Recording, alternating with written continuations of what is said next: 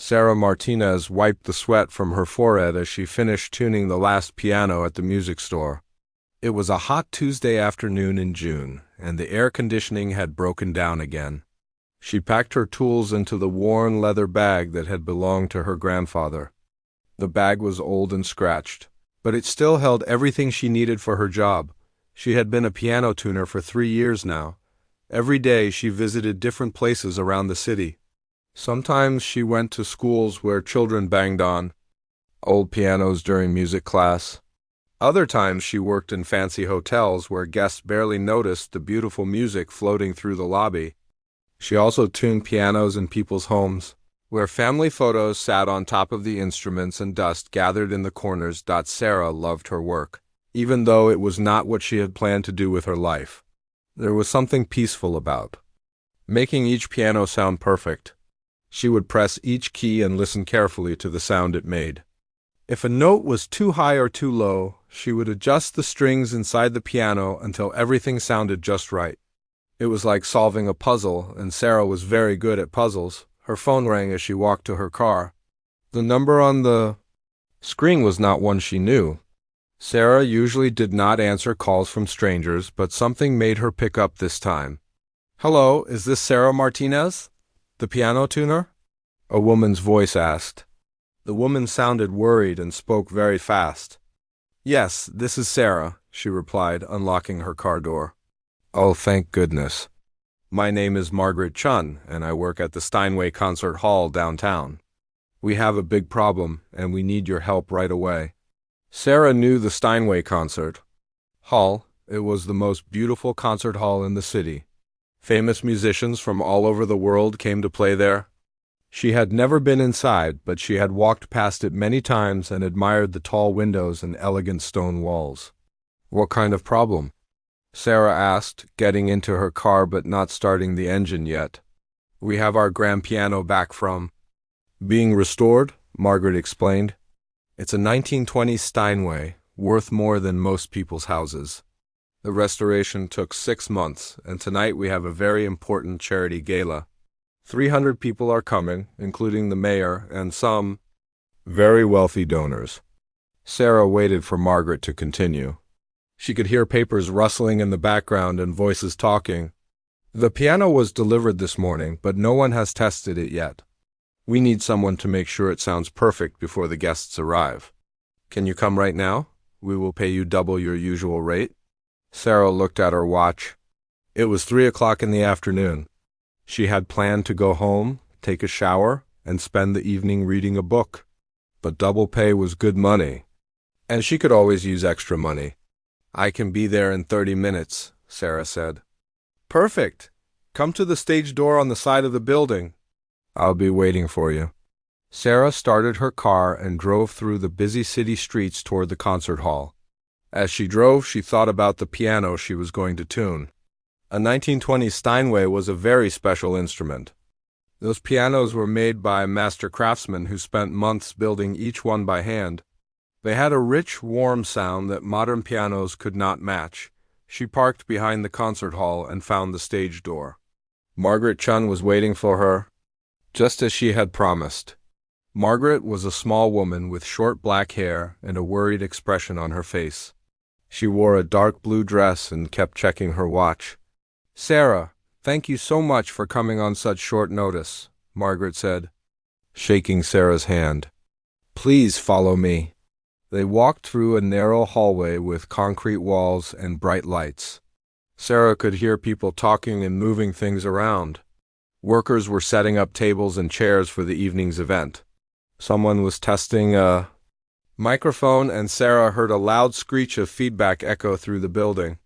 "Tonight's gala is very important," Margaret explained as they walked. "We're raising money for the children's music program. The program teaches music to kids who cannot afford lessons. If we raise enough money tonight, we can buy instruments for 10 more schools." They reached a heavy door marked "Stage Access." Margaret pushed it open, and Sarah followed her into the most beautiful room she had ever seen. The concert hall was enormous, with a high ceiling painted with gold and blue designs. Hundreds of red velvet seats faced the stage in perfect rows. Crystal chandeliers hung from the ceiling, sparkling like diamonds, but Sarah's eyes went straight to the piano on the stage. It was magnificent. The black wood shone like a mirror, and the keys looked like perfect white teeth. Even from a distance, Sarah could tell this was an extraordinary instrument. "There she is," Margaret said proudly. "Isn't she beautiful? The restoration cost us $50,000, but it was worth every penny." Sarah walked slowly toward the stage, her footsteps echoing in the empty hall. As she got closer to the piano, she could see the careful details in the woodwork. The legs were carved with elegant curves, and the music stand had delicate patterns cut into the wood. The restoration company said they replaced all the strings and hammers, Margaret continued. They also rebuilt the action mechanism and refinished the entire case. "It should sound like new, but we want to make sure everything is perfect." Sarah set down her tool bag and opened the piano bench. Inside were sheets of music left by previous performers. She saw names she recognized, famous pianists who had played on this very stage. Her hands began to shake slightly as she realized where she was and what she was about to do. "How long do you need?" Margaret asked, checking her watch again. "About an hour to do it properly," Sarah replied, taking out her tuning tools. "Perfect. The guests start arriving at 6, so you'll have plenty of time. I need to go check on the catering setup, but I'll be back to see how you're doing." Margaret's footsteps echoed as she left the stage, and Sarah was alone with the piano. She sat down on the bench and gently pressed middle C. The note rang out clear and true, filling the entire concert hall with its beautiful sound. Sarah smiled. This was going to be a pleasure to work on. She began her usual routine, starting with the middle keys and working her way outward. Each note had to be perfectly in tune with the others. It was careful, precise work that required complete concentration.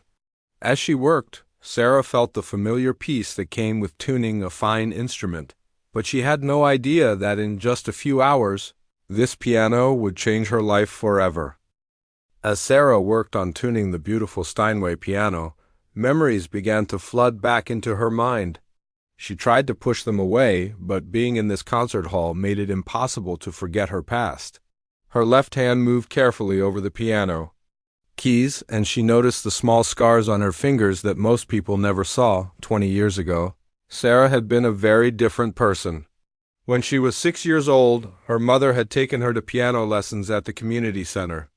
The teacher, Mrs. Rodriguez, had immediately noticed that Sarah had a special gift. While other children struggled to play simple songs, Sarah could play complicated pieces after hearing them just once. By the time Sarah was 8, she was performing in local competitions and winning first place every time. Her parents, Maria and Carlos Martinez, were amazed by their daughter's talent.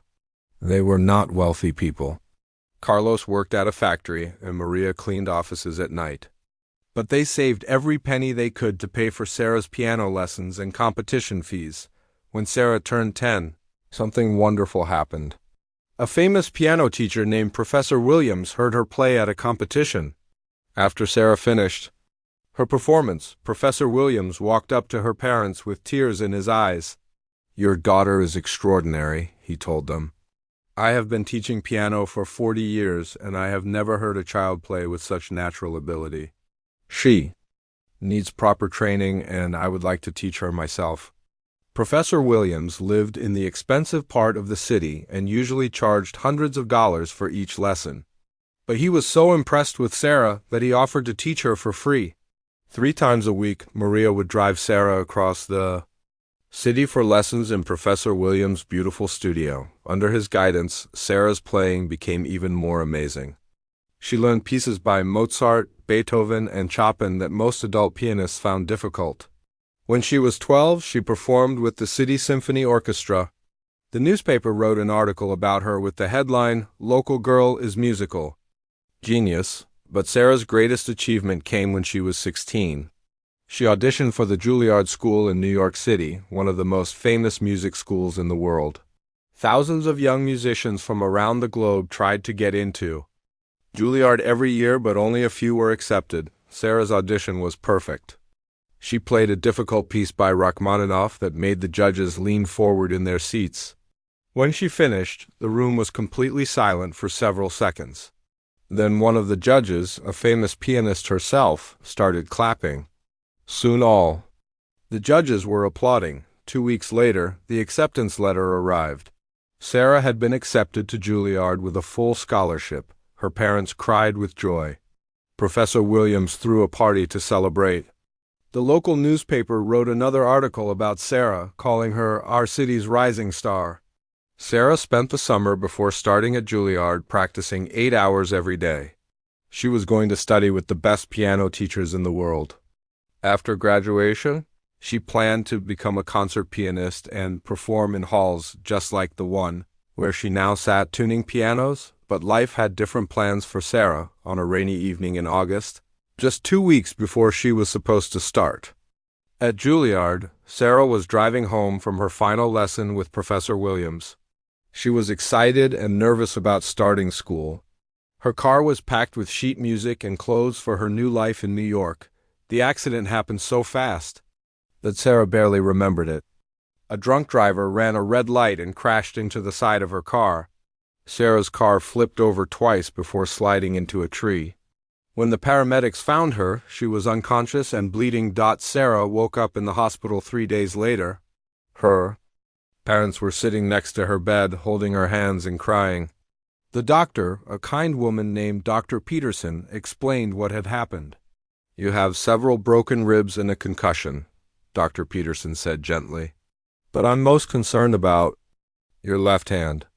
The bones were crushed in the accident, and we had to perform 3 surgeries to put them back together." Sarah looked down at her left hand. It was wrapped in thick bandages and connected to a metal frame that held her fingers in position. She could not feel anything below her wrist. "Will I be able to play piano again?" Sarah asked, though she was afraid to hear the answer. Dr. Peterson hesitated before responding. "We were able to save your hand, and you will regain most of the use of it. But the damage to the tendons and nerves is severe. Your fine motor control will never be the same. I'm sorry, Sarah, but your days as a concert pianist are over." The world seemed to stop spinning. Sarah stared at the ceiling and felt her dreams crumble into pieces. Juilliard called to express their sympathy and said her scholarship would be held for a year in case she recovered.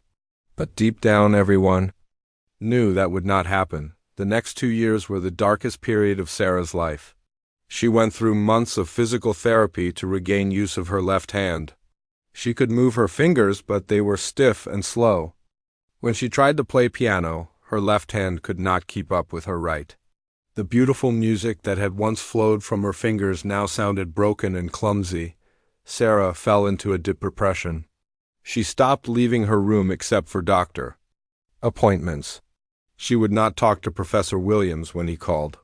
She even asked her parents to put her piano in storage, because she could not bear to look at it. Her friends from high school went off to college and started their adult lives.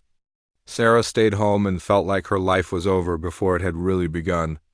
She was only 18 years old, but she felt like an old woman whose best days were behind her. Slowly, with the help of a counselor and the love of her family, Sarah began to heal emotionally. She realized that while she could not be a concert pianist, she still loved music. She did not want to teach piano because it would remind her too much of what she had lost. But she discovered that she could make a living as a piano tuner. Piano tuning required knowledge of how pianos worked and a good ear for music, but it did not require the perfect finger control that playing did. Sarah enrolled in a technical program and learned how to repair and tune pianos.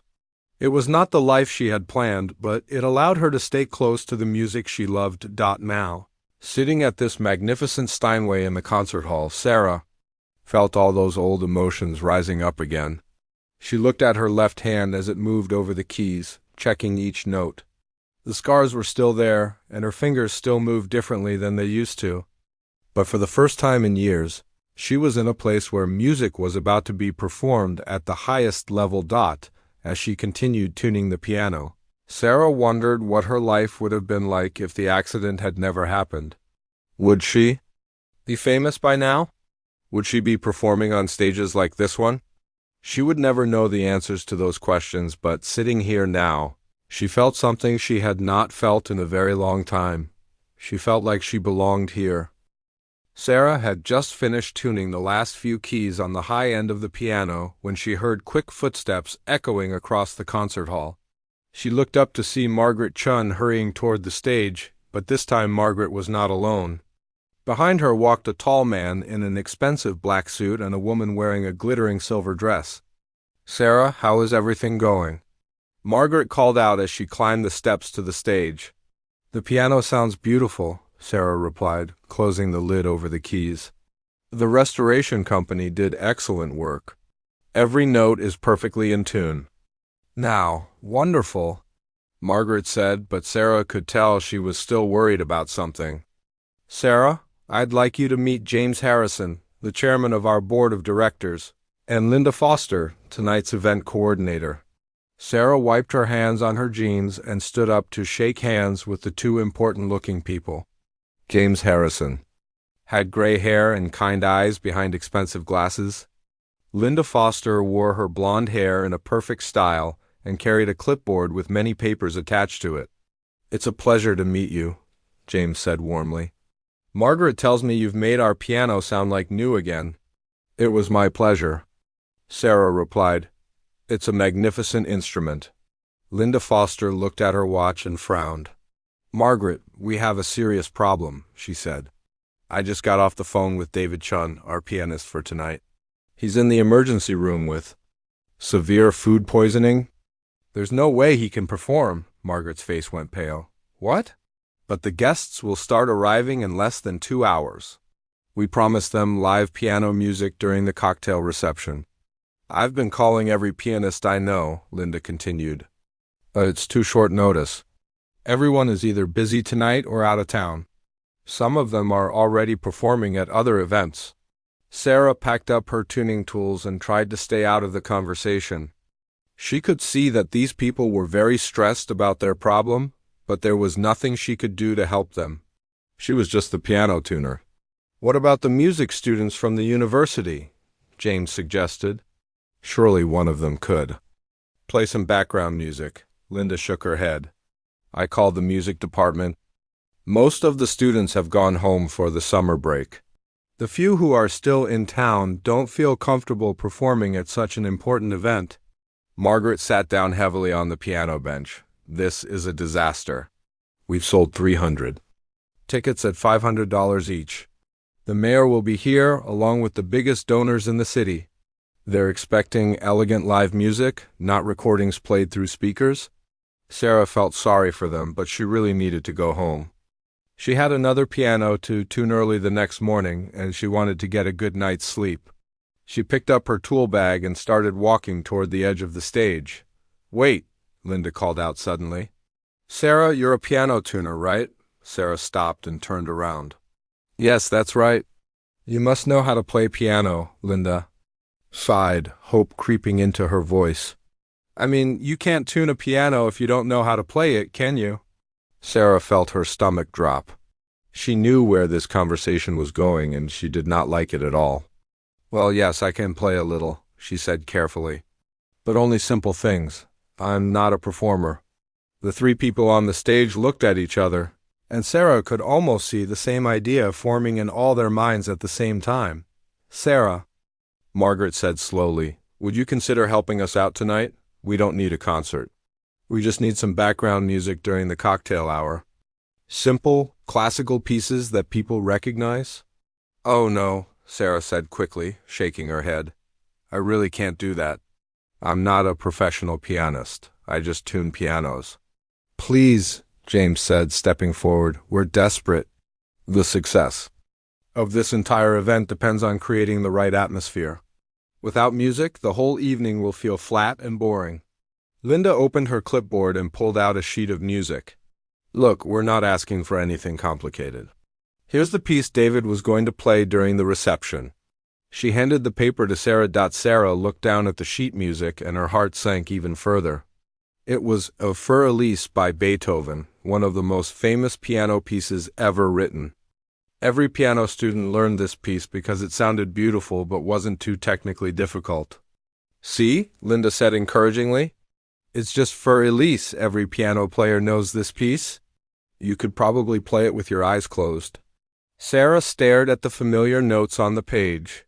She had learned for Elise when she was 7 years old, back when she was a child prodigy with dreams of becoming a famous concert pianist. She had performed it hundreds of times in competitions and recitals.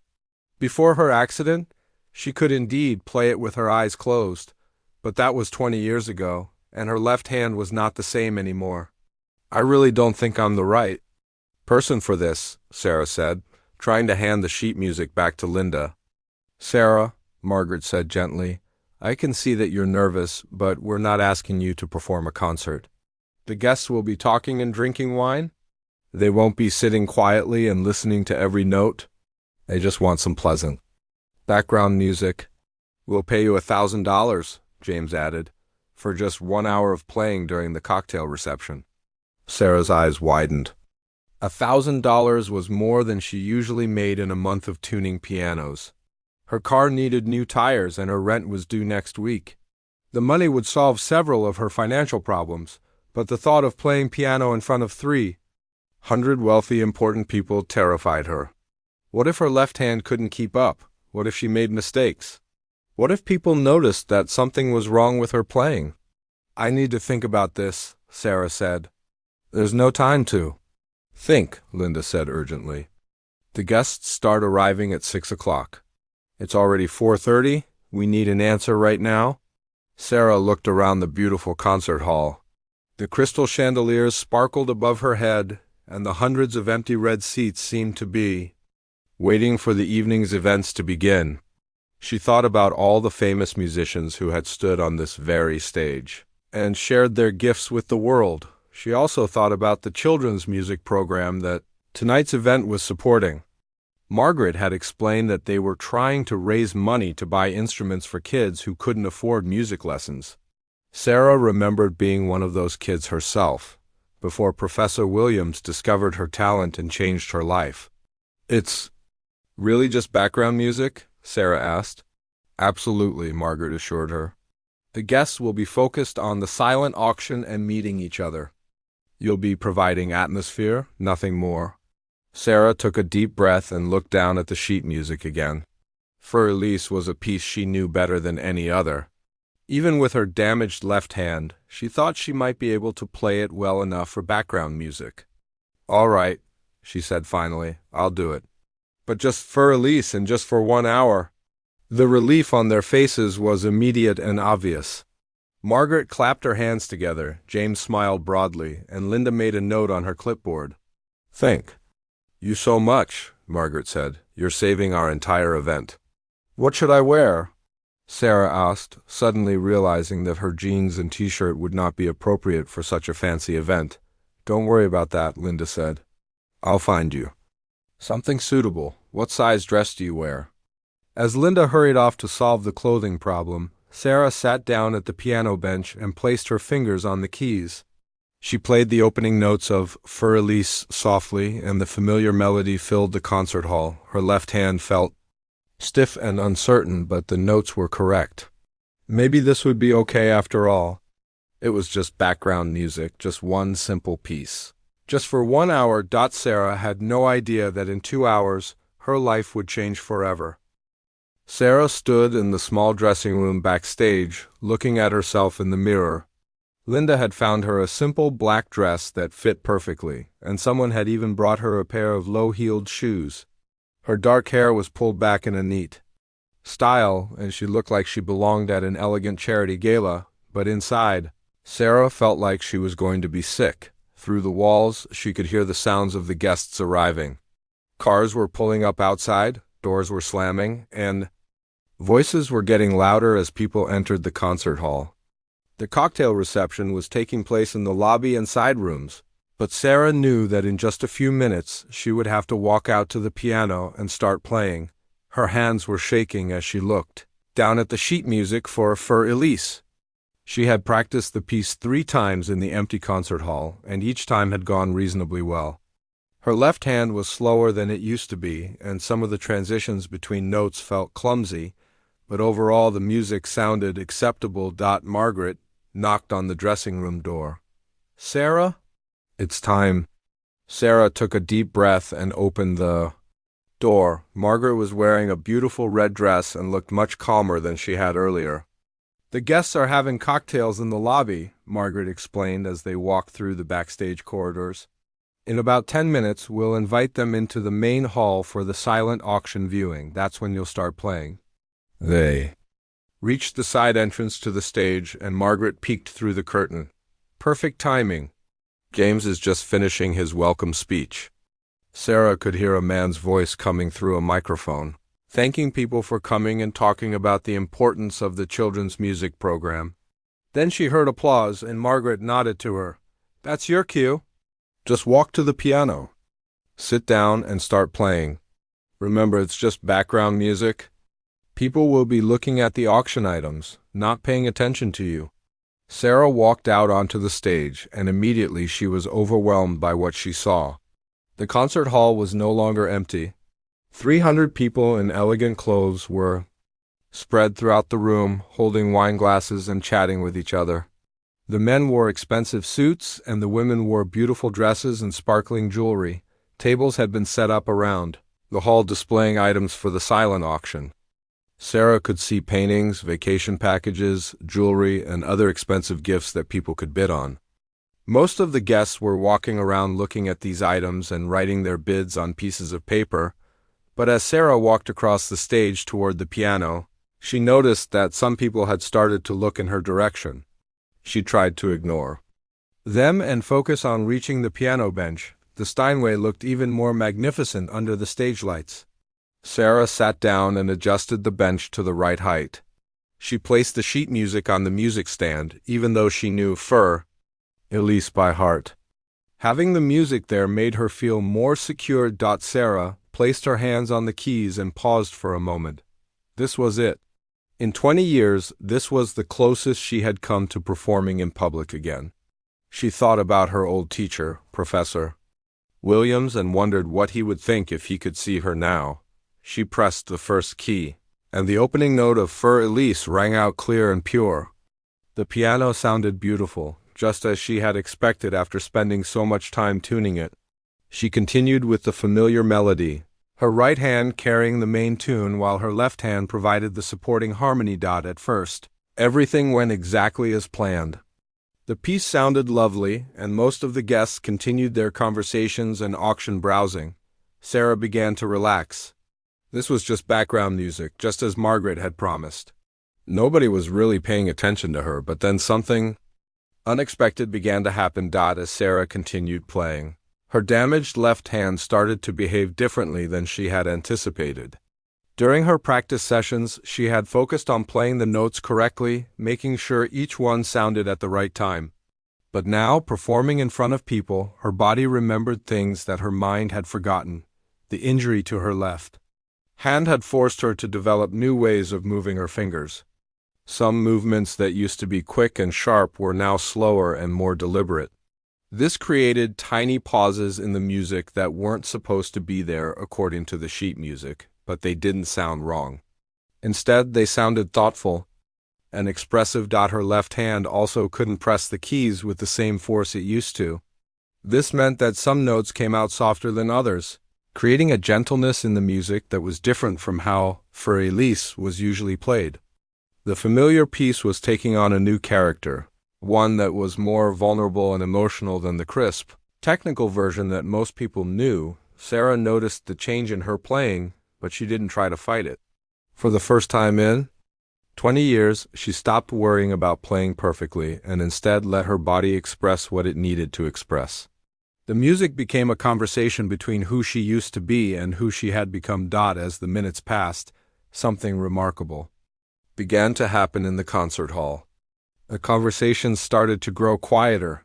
People who had been walking around looking at auction items began to slow down and turn toward the stage. Someone near the front of the hall stopped talking entirely and stood still, listening. Sarah was so focused on her playing that she didn't notice the change in the room at first. She was lost in the music, remembering what it felt like to express herself through the piano keys. Her fingers moved across the keyboard with increasing confidence, and she began to add small embellishments to the melody that weren't written in the sheet music. The Fur Elise that Sarah was playing was unlike any version the guests had ever heard. It wasn't the bright, cheerful student piece that most people knew. Instead, it was deep and contemplative, full of longing and beauty. Her physical limitations had become artistic choices, and those choices were creating something extraordinary. One by one, more people in the audience stopped what they were doing and turned to listen. A woman in a blue dress set down her wine glass and moved closer to the stage. A group of men who had been discussing business deals fell silent. Near the back of the hall, an elderly couple sat down in two of the red velvet seats and listened. With tears in their eyes, Sarah finally became aware of the change when she looked up from the piano keys during a gentle passage in the music. What she saw shocked her completely. Instead of people chatting and browsing auction items, she saw 300 faces all turned toward her. Listening with complete attention, the room had become so quiet that she could hear her own breathing. Every person in the concert hall was focused entirely on her music. Some people had moved closer to the stage, while others had sat down in the seats to listen more comfortably. But everyone, without exception, was giving her their complete attention. For a moment, Sarah's fingers hesitated on the keys. This wasn't supposed to happen. This was supposed to be background music that nobody really noticed. But somehow, her simple performance of Fur Elise had captured the attention of every person in the room. She looked out at the sea of faces and saw something that surprised her even more than their attention. She saw understanding in their eyes. Somehow, through her music, she had communicated something that words could never express. Her struggle, her loss, her journey from broken dreams to quiet acceptance was all there in the way she played each note. Sarah realized that she had a choice to make. She could finish the piece quickly and try to return the room to its original party atmosphere, or she could continue playing and see where this unexpected moment would lead. She chose to keep playing, and as she did, she felt something she hadn't felt in 20 years. She felt like a real musician again. As Sarah continued playing Fur Elise, something magical began to happen. The piece that she had played hundreds of times as a child was transforming under her fingers into something completely new. Her injured left hand, which had once seemed like a limitation, was now creating beauty in ways she never could have imagined. The original Fur Elise was meant to be played in a bright, cheerful manner. Most pianists played it quickly and cleanly, showing off their technical skills. But Sarah's damaged hand forced her to slow down certain passages, and those slower moments gave the music a depth of emotion that the original tempo never allowed. Where other pianists would play rapid sequences of notes with perfect evenness, Sarah's fingers created subtle variations in timing. Some notes lingered just a little longer than they should have, while others came slightly early, as if they were eager to be heard. These tiny imperfections in timing created a sense of human vulnerability that touched everyone who was listening. Sarah found herself adding ornaments to the melody that weren't written in the sheet music. Her right hand began to play small decorative notes that danced around the main theme, while her left hand created harmonies that Beethoven had never written. But that seemed to belong there perfectly. She was improvising, something she hadn't done since before her accident. The audience remained completely silent, hanging on every note. Sarah could feel their attention like a warm presence surrounding her. Some people had tears streaming down their faces, though they probably couldn't explain why. Others stood with their mouths slightly open, amazed by what they were hearing. Near the front of the hall, an elderly man named Robert Chun leaned forward in his seat. Robert was a retired music professor who had spent his entire career teaching piano to college students. He had heard Fur Elise performed thousands of times by students of every skill level. But what Sarah was doing to the piece was unlike anything he had ever experienced. "She's not just playing the notes," he whispered to his wife, Elena. "She's telling a story," Elena nodded, unable to speak. She could hear the story too, though it was told without words. It was a story about loss and healing, about dreams that had been broken and then rebuilt into something different but equally beautiful.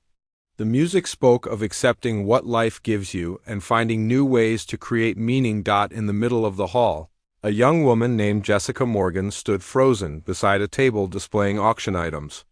Jessica was a music student at the local university, and she had been struggling with her own piano studies. She had been thinking about giving up music altogether because she felt she wasn't talented enough to succeed, but listening to Sarah play, Jessica realized that technical perfection wasn't the most important thing about music. What mattered was the ability to communicate emotion and truth through sound. Sarah's playing was technically imperfect, but it was more moving than many flawless performances Jessica had heard. As Sarah moved into the middle section of Für Elise, she began to take even greater creative liberties with the piece. She repeated certain phrases that particularly moved her, playing them with slight variations each time. She stretched out moments of silence, letting the echoes of notes fade completely before continuing with the next phrase.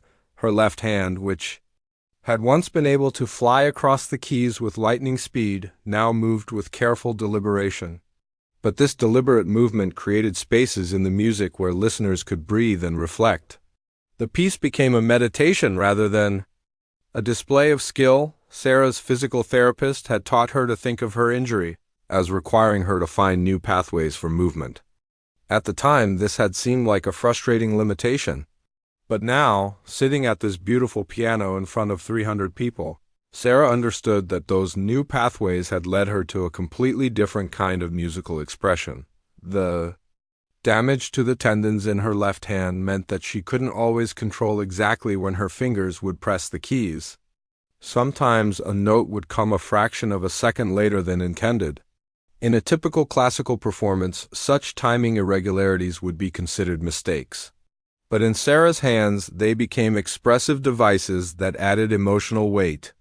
To every phrase, Margaret Chun stood at the side of the stage watching in amazement. She had expected simple background music that would create a pleasant atmosphere for the auction. Instead, she was witnessing one of the most moving musical performances she had ever seen. She could see that every person in the room was completely absorbed in Sarah's playing. James Harrison, the board chairman, had completely forgotten about the charity auction. He stood near the back of the hall with tears running down his cheeks, thinking about his own father, who had died the previous year. Something in Sarah's music was bringing back memories of his father's last days, when words had become inadequate and only music could express what the family was feeling. As Sarah approached the end of Für Elise, she made a decision that surprised even herself. Instead of finishing the piece as written, she began to slow down even more, drawing out each note and chord as if she were reluctant to let the music end. She played the final phrase 3 times, each time softer and more gentle. Then the last note of the piece hung in the air for what seemed like forever. Sarah kept her hands on the keys, not wanting to break the spell that had settled over the room. She could feel the collective breathing of 300 people, all of them held in the silence that followed the music. But Sarah wasn't finished. Without conscious planning, she began to play Für Elise again. But this time she played it even more slowly and with even greater emotional depth. She was discovering things about the piece that she had never noticed before, hidden melodies and harmonies that only emerged when the music was allowed to breathe. This second playing of the piece was like looking at a familiar painting under different lighting. The basic structure was the same, but every detail took on new meaning. Sarah's right hand sang the melody with the tenderness of a lullaby, while her left hand provided a foundation that was both steady and fluid. Some members of the audience had been standing for so long that they quietly found seats, not wanting to make any noise that might disturb the performance. Others remained standing, afraid that even the sound of sitting down might break the magic of the moment. Sarah played through Für Elise 2 more times, each iteration revealing new layers of beauty in Beethoven's simple melody. By the 4th playing, she was no longer following the sheet music at all. She was playing from memory, but it was a memory transformed by 20 years of pain, healing, and growth. Her left hand, which had once been a source of shame and frustration, had become her most expressive tool. Every limitation had been transformed into a unique voice. The stiffness in her fingers created a measured, thoughtful quality. The reduced strength in her grip produced a gentleness that made every soft passage sound like a whisper of hope. As Sarah began what would be her final playing of the piece, she felt a sense of completion that she had never experienced before.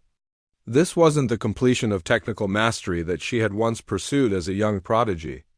This was the completion of accepting herself exactly as she was and finding a way to transform her limitations into gifts. The 300 people in the concert hall were witnessing something extraordinary, though most of them couldn't put into words what they were experiencing.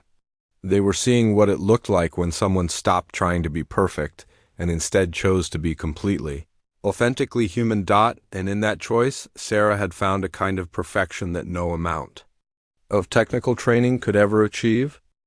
As Sarah played the final notes of her last interpretation of Für Elise, something profound was happening in the hearts and minds of everyone in the concert hall. The 300 guests had come expecting a typical charity event with polite conversation, expensive wine, and predictable entertainment. Instead, they were witnessing a demonstration of something much more powerful, the beauty that can emerge from BROKNESS. Dr. Amanda Williams stood near the center of the hall, her wine glass forgotten in her hand. As a surgeon, she spent her days trying to fix what was broken in human bodies.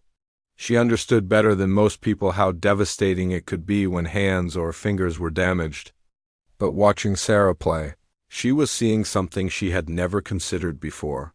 Sometimes what seems broken can create something more beautiful than what was originally whole. Next to her, Thomas Chun, a businessman who owned several restaurants in the city, was thinking about his own struggles.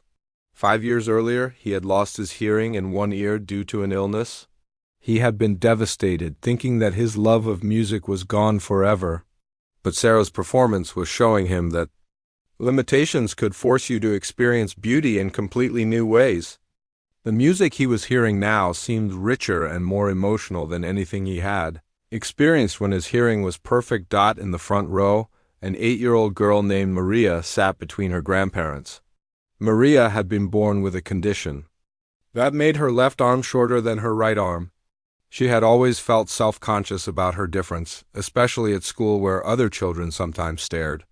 But watching Sarah play piano with hands that clearly worked differently than most people's hands, Maria felt something new, pride in being different. Maria's grandmother, Rosa, noticed the change in her granddaughter's posture. The little girl was sitting up straighter, watching Sarah with intense focus.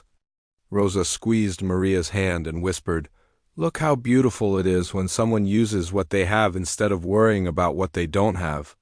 Throughout the hall, similar moments of recognition were happening. People were seeing themselves in Sarah's music, not because they were all pianists, but because they all had their own limitations and struggles that they had been trying to hide or overcome. Sarah herself was experiencing something she had never felt before. For 20 years, she had thought of her injured hand as a source of loss and limitation. But as she played, she began to understand that her injury had actually given her something valuable, a unique voice that no uninjured pianist could ever achieve. The way her left hand moved slowly and deliberately created spaces in the music where emotions could settle and deepen. The reduced strength in her fingers meant that she had to choose very carefully which notes to emphasize, and this selectivity made every emphasized note more meaningful. Her physical limitations had forced her to become a more thoughtful, more intentional musician. As the last note faded away, Sarah kept her hands on the keys for a long moment. She could feel the attention of every person in the room. But for the first time in 20 years, that attention didn't frighten her. Instead, it felt like acceptance and understanding. The silence that followed was unlike anything the concert hall had ever experienced. It wasn't the polite quiet of an audience waiting to applaud. It was the deep, reverent silence of people who had just witnessed something sacred. Everyone in the room seemed to understand that what they had heard was more than just music. It was a lesson about being human. Near the back of the hall, Professor Williams, Sarah's former teacher, stood with tears streaming down his face. He had come to the charity gala not knowing that his former student would be performing. When he first saw Sarah at the piano, he had been filled with sadness, remembering the brilliant young woman whose career had been cut short by tragedy. But as he listened to her play, his sadness transformed into something else entirely: awe. The young Sarah he had taught had been technically perfect but emotionally reserved. She had played every note correctly but had always held something back. Afraid to be completely vulnerable in her music, the woman he was watching now played with an openness and honesty that took his breath away. Her technical limitations had freed her from the need to be perfect, and in that freedom, she had found a way to touch people's souls in a way that perfect technique never could. Professor Williams realized that he had been wrong about what constituted a successful musical career. He had always measured success by technical achievement and professional recognition. But Sarah had just demonstrated that true musical success meant the ability to move people, to communicate truth and beauty, to create moments of shared human. Understanding. In the middle of the hall, a teenage boy named David stood next to his parents. David had been studying piano for 3 years, but he was constantly frustrated by his inability to play pieces as perfectly as the recordings he heard online. He had been thinking about quitting because he felt he would never be good enough, but Sarah's performance showed him something revolutionary. Imperfection could be more powerful than perfection. The slight hesitations in her playing, the notes that came a little early or late, the variations in volume that weren't written in the sheet music, all of these mistakes had created a more moving performance than any technically perfect rendition could have achieved. David's mother, Patricia, noticed her son's reaction to the performance. As a teacher, she had seen many students struggle with perfectionism, feeling like failures when they couldn't achieve impossible standards. Sarah's example was worth more than 1,000 lectures about the value of doing your best rather than trying to be perfect. The lesson wasn't just about music. Everyone in the room could apply what they had witnessed to their own lives. The businessman who felt like a failure because his company wasn't growing as fast as his competitors realized that success could be measured in many different ways. The mother who felt inadequate because she couldn't give her children everything she wanted to give them understood that love and presence were more valuable than material perfection. Sarah slowly lifted her hands from the piano keys and turned to face the audience for the first time since she had begun playing. What she saw amazed her: 300 people looking at her with expressions of gratitude and wonder. Some were crying, others were smiling, but all of them seemed to have been changed by what they had experienced. She had expected to see polite appreciation, the kind of reaction that background music typically receives. Instead, she saw the faces of people who had been moved in profound ways. They weren't just appreciating her music, they were thanking her for showing them something important about life itself. For the first time since her accident, Sarah felt truly proud of who she had become. She wasn't the concert pianist she had once planned to be, but she was something perhaps more valuable, a person who could transform her wounds into gifts, her limitations into strengths, her broken dreams into new forms of beauty. The silence stretched on, filled with the weight of shared understanding. 300 people had come to a charity gala and instead received a master class in the power of embracing imperfection. They had witnessed proof that the most beautiful music comes not from perfect technique, but from a willingness to be vulnerable, to show your scars, and to trust that your authentic self is worthy of being heard. Sarah sat at the piano bench, looking out at the sea of faces, and felt something she had thought was lost forever. She felt like a musician again. Not the kind of musician she had once planned to be, but the kind of musician she was meant to become. The silence in the concert hall seemed to stretch on forever. Sarah sat at the piano bench, her hands still resting on the keys, looking out at 300 faces that were all focused on her with complete attention. She had never experienced a moment quite like this one, where time seemed to stop and the entire world consisted of nothing but shared emotion and understanding. Then, from somewhere in the middle of the hall, came the sound of a single pair of hands clapping. It was slow, deliberate applause, the kind that comes from deep appreciation rather than mere politeness. Sarah looked toward the sound and saw an elderly woman with white hair and kind eyes, clapping steadily while tears ran down her cheeks. The sound of that single applause seemed to wake the rest of the audience from their trance. One by one, other people began to clap, but still slowly and thoughtfully. This wasn't the quick, energetic applause that usually followed musical performances. This was something deeper and more reverent than as if moved by the same impulse. People began to stand up. First the elderly woman who had started the applause, then the people sitting near her, then others throughout the hall. Within 30 seconds, all 300 guests were on their feet, applauding with an intensity that filled the concert hall with sound. Sarah felt overwhelmed by the response. She had expected polite appreciation for her background music, but this was something completely different. This was the kind of standing ovation that she had once dreamed of receiving as a concert pianist.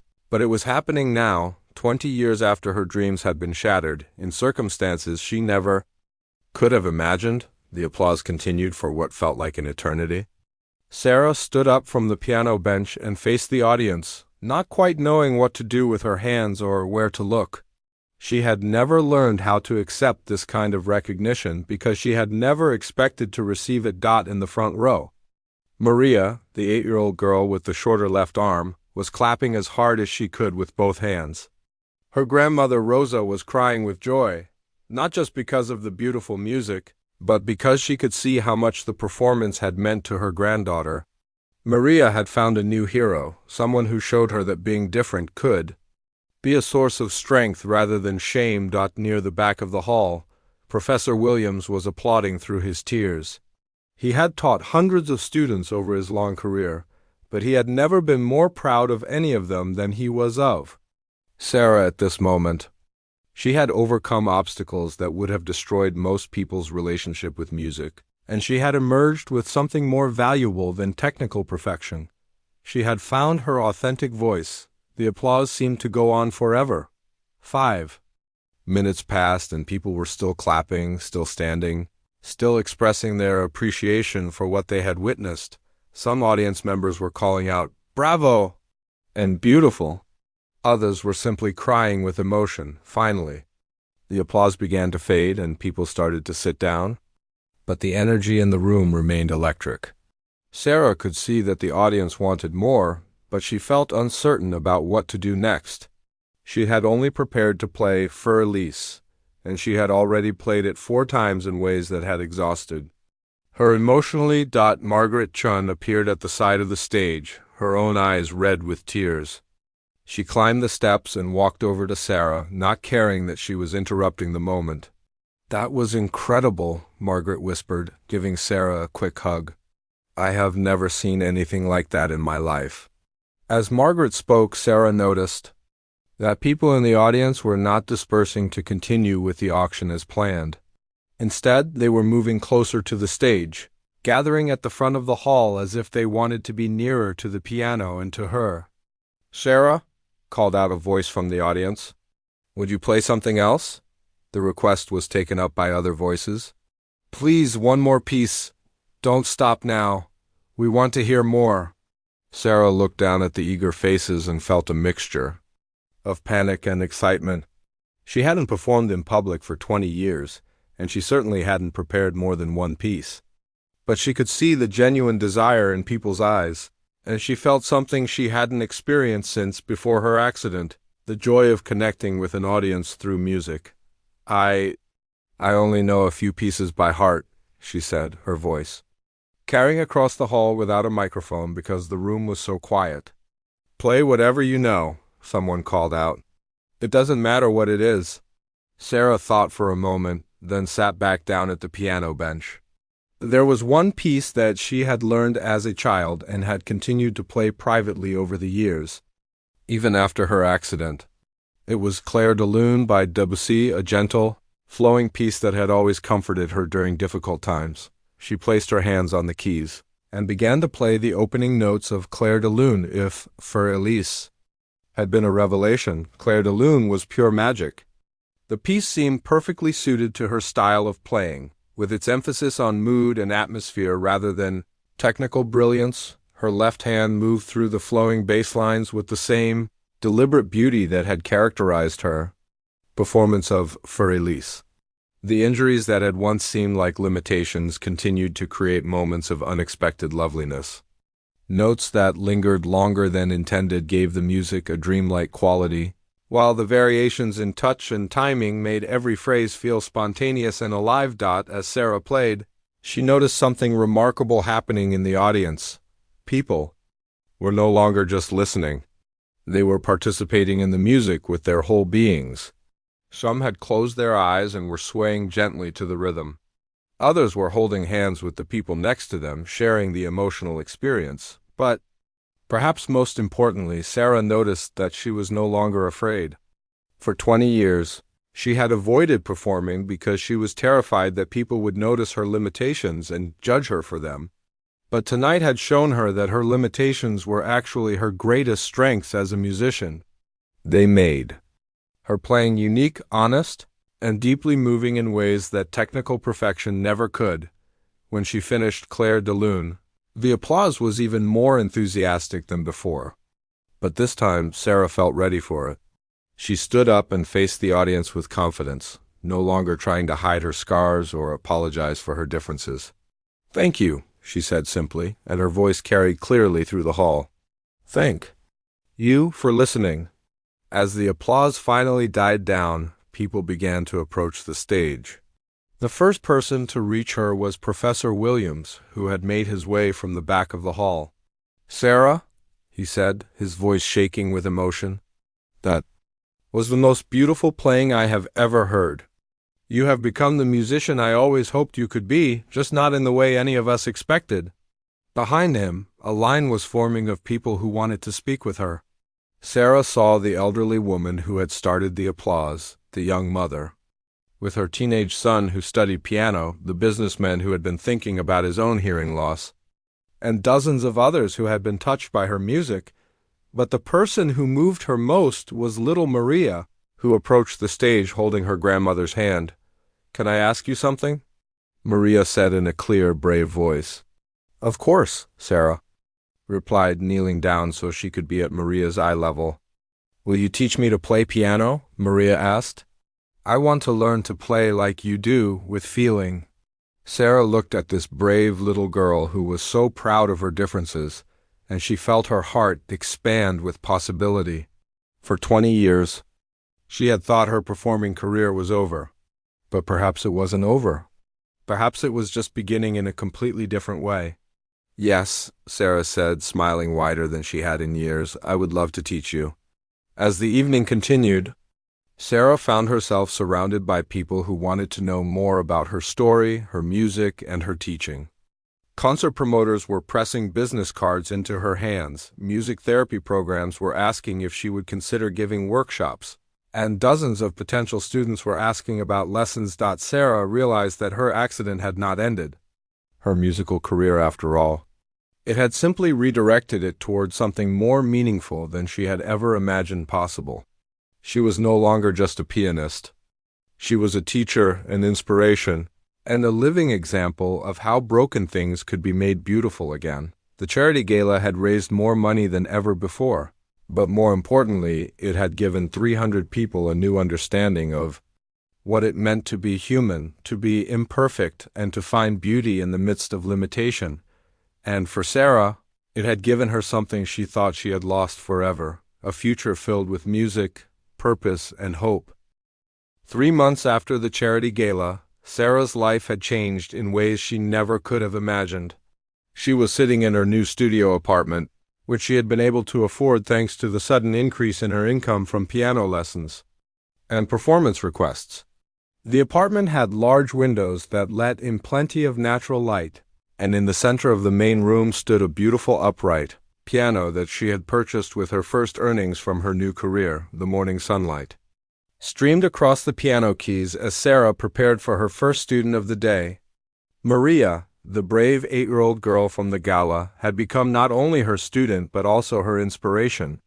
Every Tuesday and Thursday, Maria came for lessons with her grandmother Rosa, and together they were discovering new ways to make music that celebrated differences rather than hiding them. Sarah had developed a teaching method that was unlike anything she had learned in her own musical education. Instead of focusing on technical perfection, she taught her students to find their own unique voices through the piano. She showed them how physical limitations, learning differences, and emotional challenges could all become sources of artistic expression rather than obstacles to overcome. Her studio had become a gathering place for students who had been told they weren't good enough for traditional music lessons. There was Marcus, a teenager with autism who played with incredible sensitivity but needed extra time to process instructions. There was Elena, an elderly woman who had always wanted to learn piano but thought she was too old to start. There was James, a veteran who had lost 2 fingers in combat and thought he would never play music again. Each of these students had found something special in Sarah's approach to music. She taught them that there was no single right way to play a piece of music, and that the most beautiful performances often came from embracing what made you different rather than trying to sound like everyone else. The video of Sarah's performance at the charity gala had been recorded by several guests on their phones and had spread across social media platforms around the world. Within weeks, millions of people had watched the video, and the comments section was filled with stories from people who had been inspired by her example. A music teacher in Japan wrote about how the video had changed the way she taught her students with disabilities. A young man in Brazil shared how watching Sarah play had given him the courage to return to music after losing partial hearing in one ear. A grandmother in Canada wrote about how she had started taking piano lessons for the first time at age 75, inspired by Sarah's message that it was never too late to find your voice. The video had even caught the attention of researchers who studied music therapy and the neuroscience of musical expression. Dr. Patricia Moore, a neuroscientist at the local university, had contacted Sarah to ask if she would be willing to participate in a study about how physical limitations could lead to enhanced emotional expression in music. What you've accomplished challenges everything we thought we knew about musical performance, Dr. Moore had explained during their first meeting. Your brain has developed new neural pathways to compensate for your injury, and those pathways seem to have enhanced your ability to convey emotion through music. Sarah had agreed to participate in the research, hoping that the scientific understanding of her experience might help other musicians who had faced similar challenges. The study was still ongoing, but the preliminary results suggested that the brain's remarkable ability to adapt to injury could sometimes lead to enhanced artistic abilities rather than just compensation for loss. The success of Sarah's teaching and performing had also led to an unexpected opportunity. The director of the city's music therapy program had asked her to develop a curriculum for working with musicians who had experienced injuries or disabilities. The program would train music therapists to help other musicians find new ways to express themselves when traditional methods were no longer available. Sarah had accepted the position enthusiastically, seeing it as a chance to help prevent other musicians from experiencing the 20 years of isolation and despair that she had endured. The program was set to launch the following month, and applications were already pouring in from around the country, but perhaps the most meaningful change in Sarah's life was her renewed relationship with Professor Williams. Her former teacher had become one of her biggest supporters, referring students to her and helping her navigate the professional music world that she had been away from for so long. You know, Professor Williams had told her during a recent visit, I used to think that my job as a teacher was to help students overcome their limitations. But watching you has taught me that sometimes the most important thing is to help students understand how their limitations can become their greatest strengths. On this particular morning, as Sarah waited for Maria to arrive for her lesson, she reflected on how much her understanding of success had changed. 20 years ago, success would have meant performing in the world's greatest concert halls, recording albums and receiving critical acclaim for technical brilliance. Now, success meant something entirely different. It meant watching Maria's face light up when she discovered a new way to express emotion through the piano keys. It meant receiving letters from strangers around the world who said that her story had given them courage to pursue their own dreams despite their limitations. It meant knowing that her teaching was helping other musicians find joy in music again after experiencing setbacks. The doorbell rang, and Sarah opened it to find Maria standing there with her grandmother, both of them smiling broadly. "Miss Sarah!" Maria called out excitedly. "I practiced the piece you taught me, and I added something new to it." As Maria settled down at the piano bench and began to play, Sarah marveled at how far the little girl had come in just 3 months. Maria's shorter left arm required her to approach the piano differently than other students, but under Sarah's guidance, she had learned to see this difference as an advantage rather than a limitation. The piece Maria was playing was a simple folk song, but she had added her own embellishments and variations that made it uniquely hers.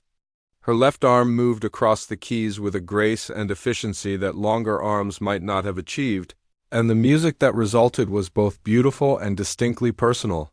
"That was wonderful," Sarah said when Maria finished. "You're learning to tell your own story through the music." Rosa, who always stayed for the lessons, wiped tears from her eyes. 3 months ago, Maria was ashamed of her arm, she said quietly. Now she sees it as something special that makes her music different from everyone else's. After Maria's lesson ended and she and her grandmother had left, Sarah sat down at her own piano and played through Für Elise once more.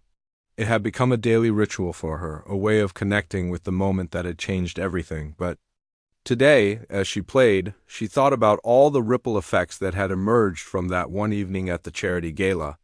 Hundreds of students around the world were now learning to embrace their differences through music.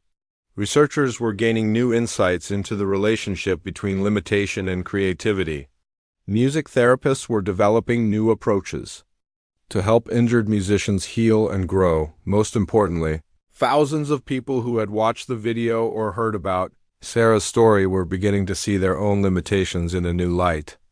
They were learning that what makes you different might actually be what makes you special, and that broken things can indeed create the most beautiful music of all. Sarah finished playing Für Elise and sat quietly at the piano for a moment, listening to the last notes fade away. Outside her window, she could hear the sounds of the city, cars driving by, people talking, children playing. All of it was part of the symphony of human life, with its imperfections and variations and unexpected moments of beauty, she thought. About the scared, broken young woman she had been 20 years ago, convinced that her life was over because she could no longer play piano perfectly. If she could go back and speak to that young woman, she would tell her that the accident was not the end of her story, but the beginning of a completely different and more meaningful chapter. She would tell her that sometimes the things that seem to destroy us actually prepare us for our true purpose. That sometimes we have to lose what we think we want in order to discover what we actually need. And that sometimes the most beautiful music comes not from perfect hands, but from a perfect willingness to share our imperfect selves with the world.